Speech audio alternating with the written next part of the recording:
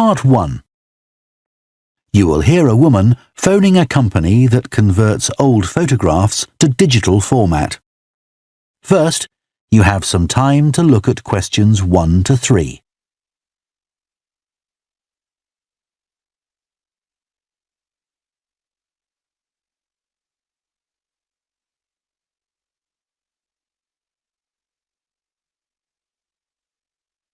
Now listen carefully and answer questions 1 to 3. Hello, Picture Rep. Can I help you? Oh, hi. I saw your advertisement about copying pictures to disk, and I'd like a bit more information about what you do. Sure. What would you like to know? Well, I've got a box full of old family photos that's been up in the attic for years. Some of them must be 50 or 60 years old, and I'd like to get them converted to digital format. Sure, we can do that for you. Right. And what about size? The photos are all sorts of sizes. Are there any restrictions? Well, the maximum size of photo we can do with our normal service is 30 centimetres, and each picture must be at least 4 centimetres. That's the minimum we can cope with. Well, that should be fine. And some of them are in a frame. Should I take them out before I send them? Yes, please. We can't copy them otherwise. And also the photos must all be separate. They mustn't be stuck into an album. OK, that's not a problem. So, can you give me an idea of how much this will cost? I've got about 360 photos, I think. We charge £195 for 300 to 400 photos for the basic service. OK, and does that include the disc? Yes, one disc, but you can get extra ones for £5 each. That's good. So, do I need to pay when I send you the photos? No, we won't need anything until we've actually copied the pictures. Then we'll let you know how much it is, and once we've received the payments, we'll send the parcel off to you. Right. Before you hear the rest of the conversation, you have some time to look at questions 4 to 10.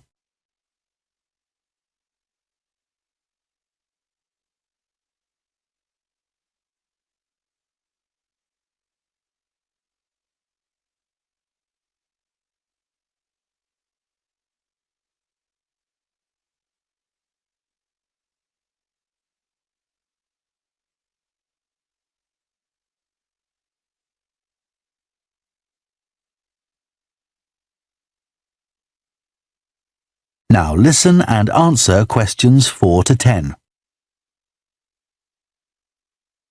Is there anything else you'd like to ask about our services?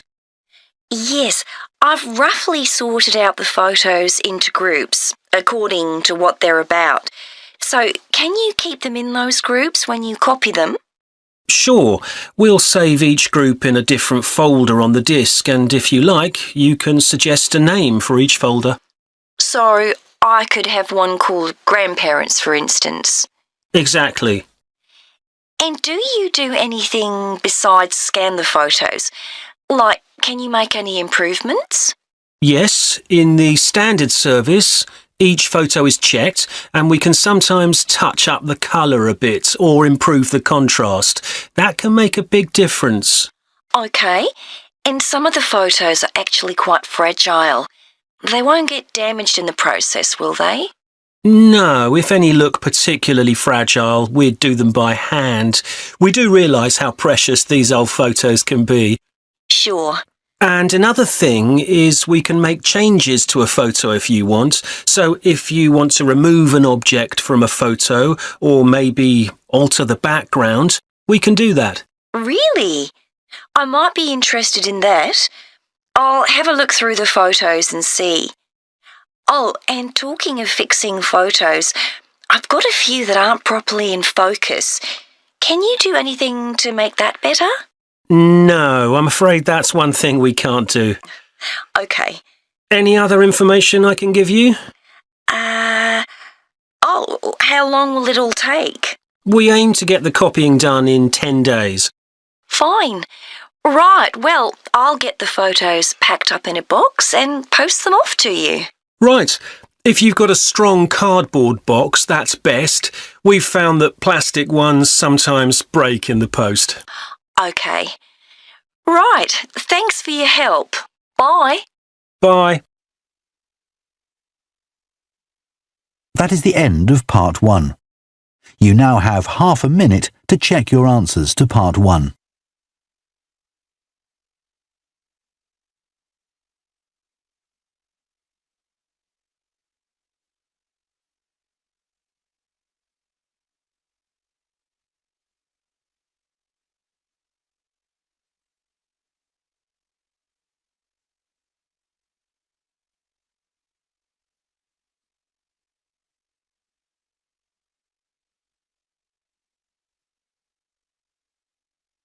Part 2.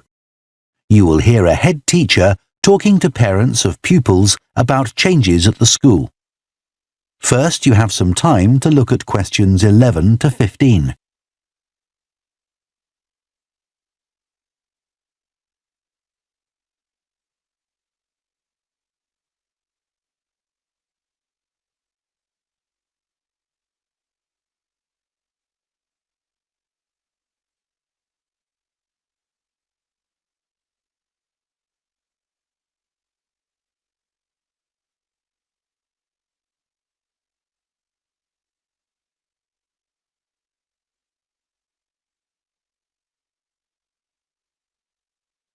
Now listen carefully and answer questions 11 to 15.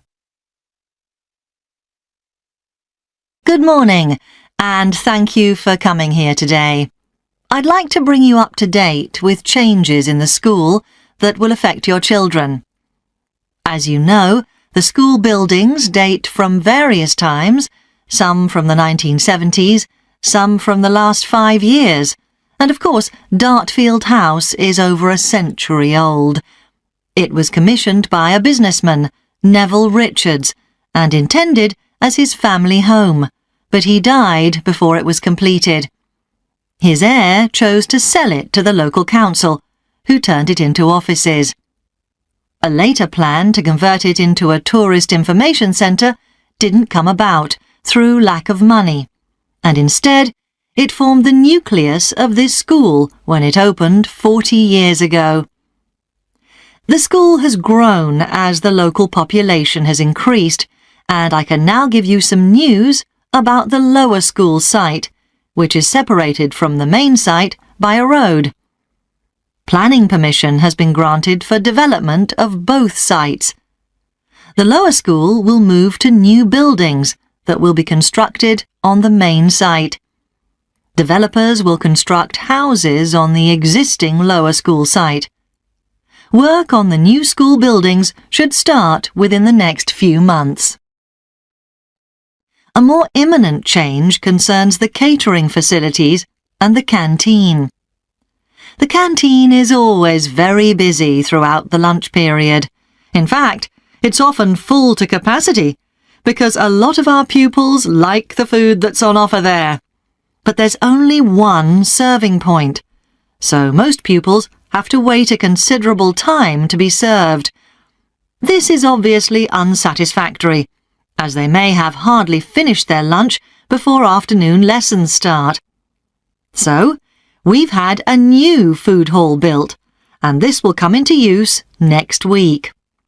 It'll have several serving areas, and I'll give you more details about those in a minute. But one thing we ask you to do to help in the smooth running of the food hall is to discuss with your children each morning which type of food they want to eat that day, so they can go straight to the relevant serving point. There won't be any junk food. Everything on offer will be healthy, and there's no change to the current system of paying for lunches by topping up your child's electronic payment card online. You may be wondering what will happen to the old canteen. We'll still have tables and chairs in there, and pupils can eat food from the food hall or lunch they've brought from home. Eventually, we may use part of the canteen for storage, but first, we'll see how many pupils go in there at lunchtime. Before you hear the rest of the talk, you have some time to look at questions 16 to 20.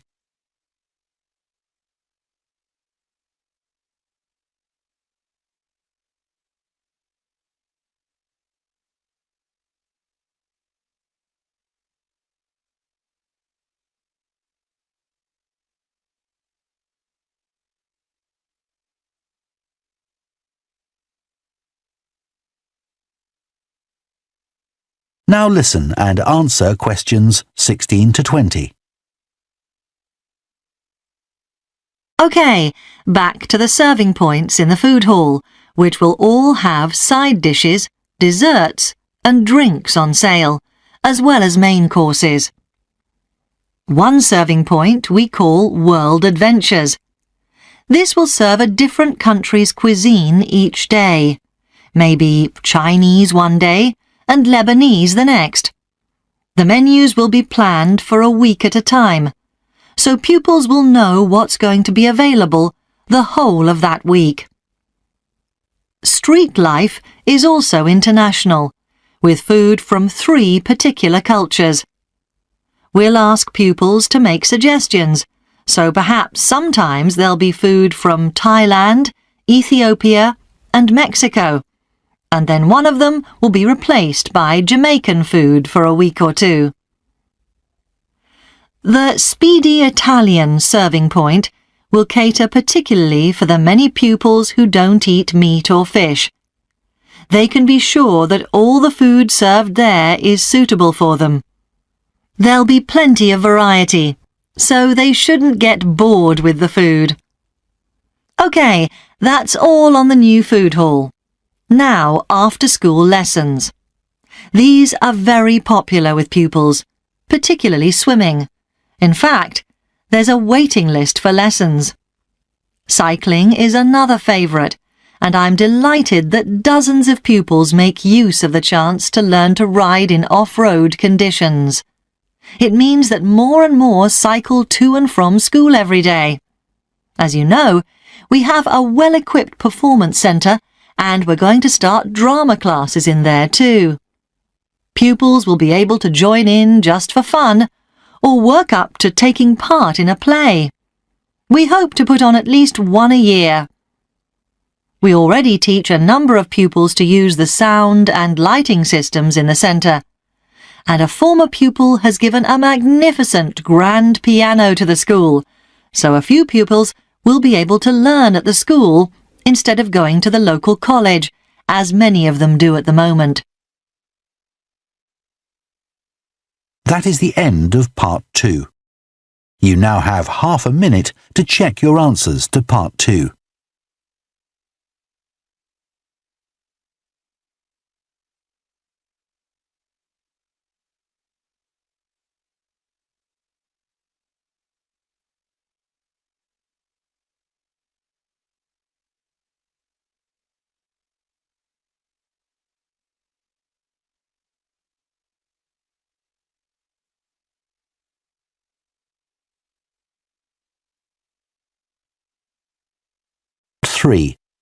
You will hear 2 psychology students called Luke and Susie discussing their assignment on sleep and dreams. First, you have some time to look at questions 21 to 24.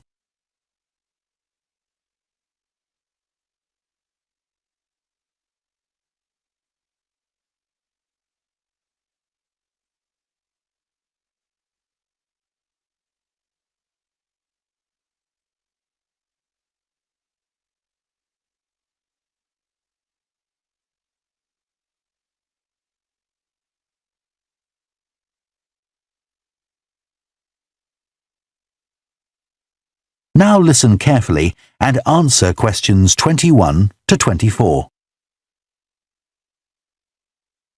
So, Luke, for our next psychology assignment, we have to do something on sleep and dreams. Right. I've just read an article suggesting why we tend to forget most of our dreams soon after we wake up. I mean, most of my dreams aren't that interesting anyway. But what it said was that if we remembered everything, we might get mixed up about what actually happened and what we dreamed. So it's a sort of protection. I hadn't heard that idea before. I'd always assumed that it was just that we didn't have room in our memories for all that stuff. Me too. What do you think about the idea that our dreams may predict the future? It's a belief that you get all over the world. Yeah, lots of people have a story of it happening to them. But the explanation I've read is that for each dream that comes true, we have thousands that don't, but we don't notice those. We don't even remember them. We just remember the ones where something in the real world, like a view or an action, happens to trigger a dream memory. Right. So it's just a coincidence, really. Something else I read about is what they call segmented sleeping. That's a theory that hundreds of years ago, people used to get up in the middle of the night and have a chat or something to eat, then go back to bed. So I tried it myself. Why? Well, it's meant to make you more creative. I don't know why, but I gave it up after a week. It just didn't fit in with my lifestyle. But most preschool children have a short sleep in the day, don't they? There was an experiment some students did here last term to see at what age kids should stop having naps, but they didn't really find an answer. They spent a lot of time working out the most appropriate methodology, but the results didn't seem to show any obvious patterns. Right. Anyway, let's think about our assignment. Last time I had problems with the final stage, where we had to describe and justify how successful we thought we'd been. I struggled a bit with the action plan too. I was okay with the planning, but I got marked down for the self-assessment as well. And I had big problems with the statistical stuff. That's where I really lost marks. Right. Before you hear the rest of the discussion, you have some time to look at questions 25 to 30.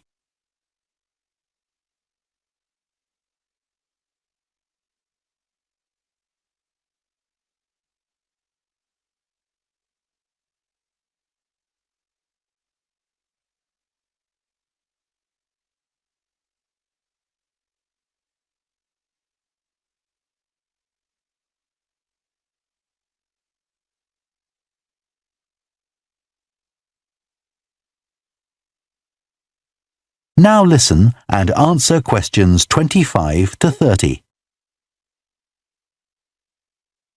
So, shall we plan what we have to do for this assignment? Okay. First, we have to decide on our research question. So, how about, is there a relationship between hours of sleep and number of dreams? Okay. Then we need to think about who we'll do the study on. About 12 people? Right. And shall we use other psychology students? Let's use people from a different department. What about history? Yes, they might have interesting dreams. Or literature students. I don't really know any. OK, forget that idea. Then we have to think about our methodology. So we could use observation, but that doesn't seem appropriate. No.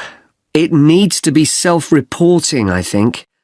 And we could ask them to answer questions online. But in this case, paper might be better, as they'll be doing it straight after they wake up. In fact, while they're still half asleep. Right. And we'll have to check the ethical guidelines for this sort of research.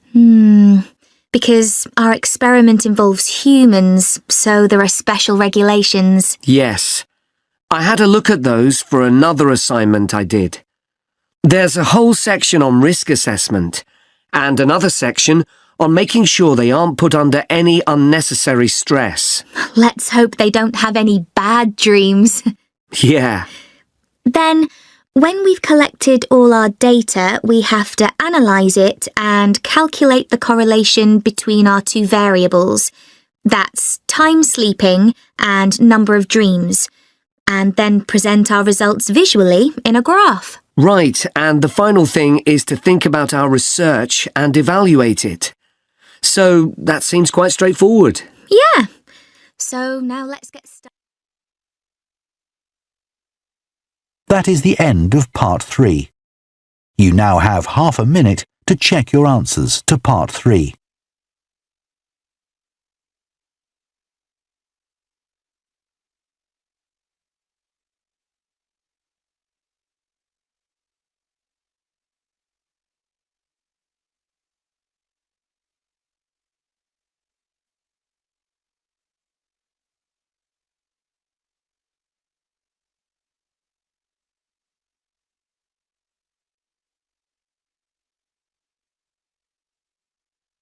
Part 4. You will hear a sports science student giving a presentation on the health benefits of dance. First, you have some time to look at questions 31 to 40.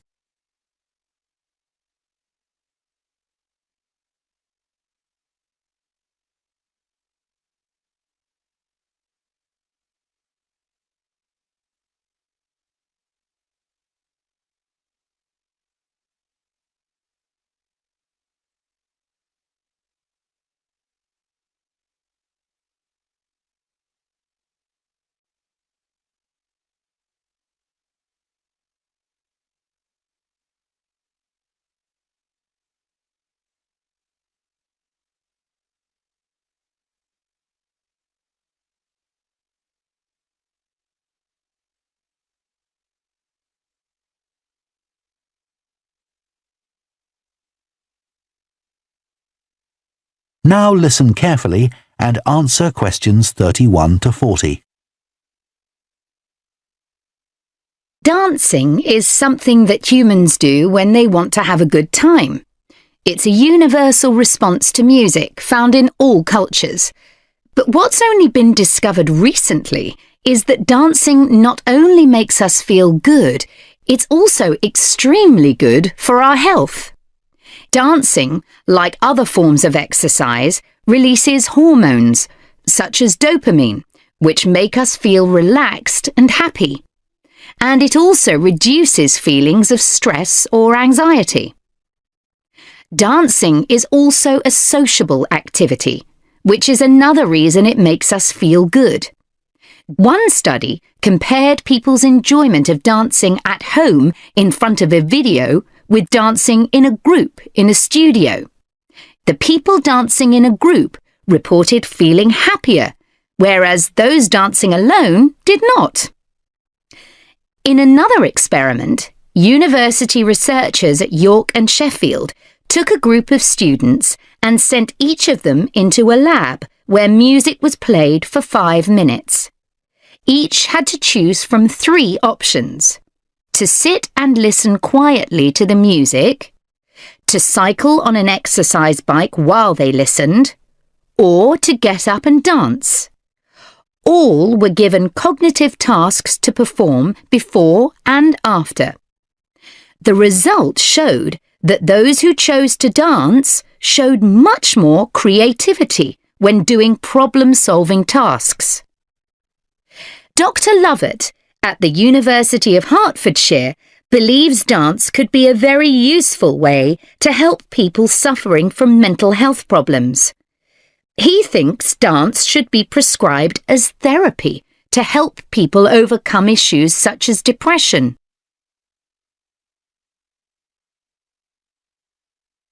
It's well established that dance is a good way of encouraging adolescent girls to take exercise, but what about older people? Studies have shown that there are enormous benefits for people in their 60s and beyond. One of the great things about dance is that there are no barriers to participation. Anyone can have a go, even those whose standard of fitness is quite low. Dance can be especially beneficial for older adults who can't run or do more intense workouts, or for those who don't want to. One 2015 study found that even a gentle dance workout helps to promote a healthy heart. And there's plenty of evidence which suggests that dancing lowers the risk of falls, which could result in a broken hip, for example, by helping people to improve their balance. There are some less obvious benefits of dance for older people too. One thing I hadn't realised before researching this topic was that dance isn't just a physical challenge. It also requires a lot of concentration, because you need to remember different steps and routines. For older people, this kind of activity is especially important because it forces their brain to process things more quickly and to retain more information. Current research also shows that dance promotes a general sense of well-being in older participants, which can last up to a week after a class. Participants report feeling less tired and having greater motivation to be more active and do daily activities such as gardening or walking to the shops or a park. Ballroom or country dancing, both popular with older people, have to be done in groups.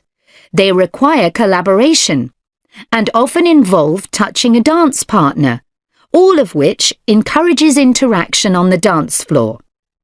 This helps to develop new relationships and can reduce older people's sense of isolation, which is a huge problem in many countries. I also looked at the benefits of Zumba. 15 million people in 180 countries now regularly take a Zumba class, an aerobic workout based on Latin American dance moves. John Porcari, a professor of exercise and sports science at the University of Wisconsin, analysed a group of women who were Zumba regulars and found that a class lasting 40 minutes burns about 370 calories.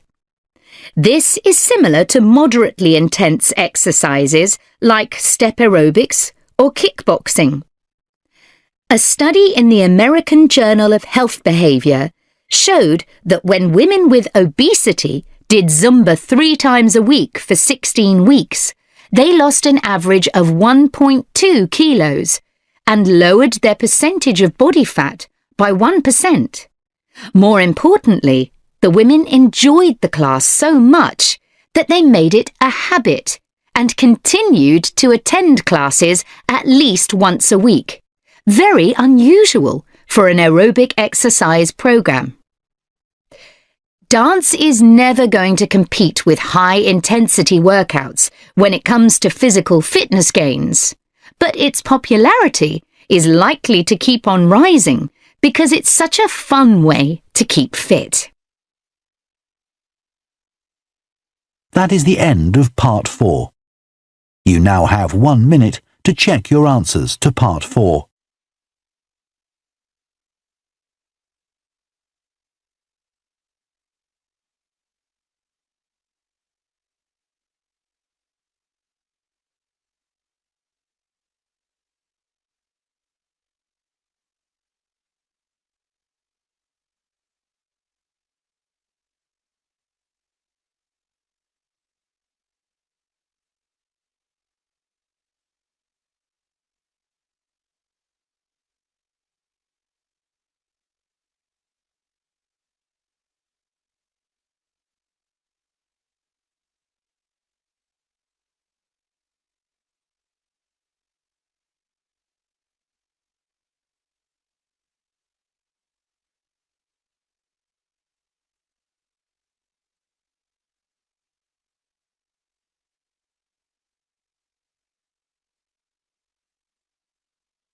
That is the end of the listening test. In the IELTS test, you would now have 10 minutes to transfer your answers to the answer sheet.